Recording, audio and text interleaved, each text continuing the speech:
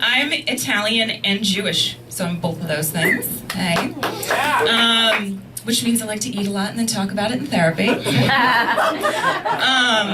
I've been talking about food with my therapist since I was in college, and I kind of feel like we all have foods we like to binge on. For me, my favorite binge food is peanut butter on a brownie with Nutella on another brownie. It's like a tasty game of Jenga. It's delicious. And I feel like American food companies nowadays are like really smart. They've just figured out how to get us to binge eat us, to just dare us. Like Lay's, bet you can't eat just one. Pringles, once you pop, you can't stop. And Twinkies, try not to get diabetes and die.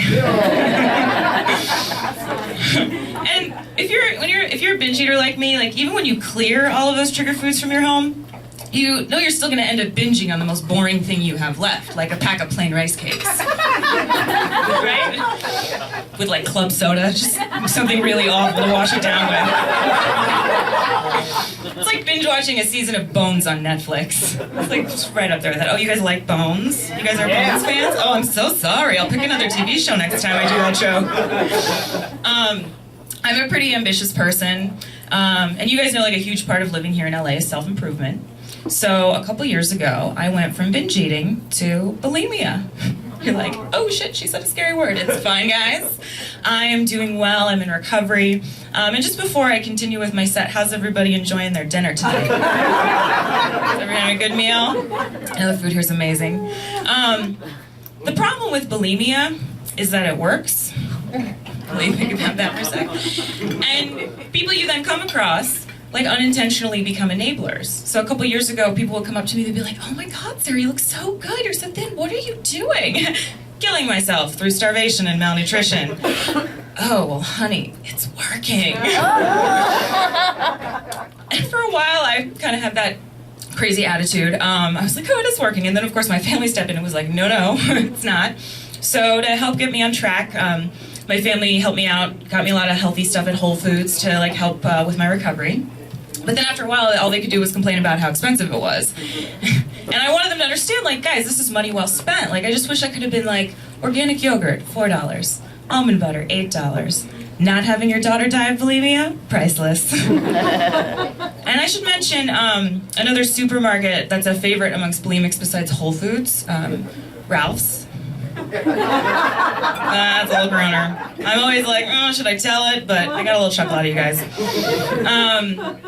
But like, recovery does get to be expensive because you have to go to therapy, you have to pay for healthy foods, and so last summer I got a new job so I could, make more money and be able to take care of myself. But with bulimia, you realize it doesn't leave you with a whole lot of skills that you can use in the real world or talk about in a job interview. It's not like you're going to be in a job interview and the interviewer is going to be like, so Ms. Dorfman, I see your skills include Microsoft Excel, Word, and silently vomiting. Yes, Bill, I've done it 3 times since the interview started. Check your garbage can. Now, I come from a family that values appearances, and like when you come from a family like that and you have a problem, there's only 2 options. They either ignore it or they try and like dress it up a bit. My parents, I think, are getting better at that. They're letting that kind of thing go. But not my 92-year-old Jewish grandmother. She's as sharp as a tack, like too sharp. She wanted to see a clip of my comedy recently, and I had to tell her, I said, Grandma, you're going to watch this and learn that, I had bulimia. And her immediate response was, stop. That's not good for you. It'd be good. Bangs. Yes, guys. My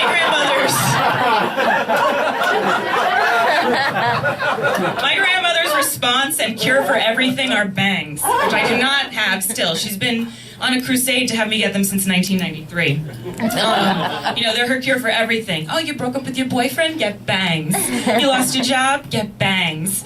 You had a toothpaste that's disgusting. Before you go to CVS, get bangs. And now that she's on Facebook, she doesn't even have glaucoma. She's in perfect health.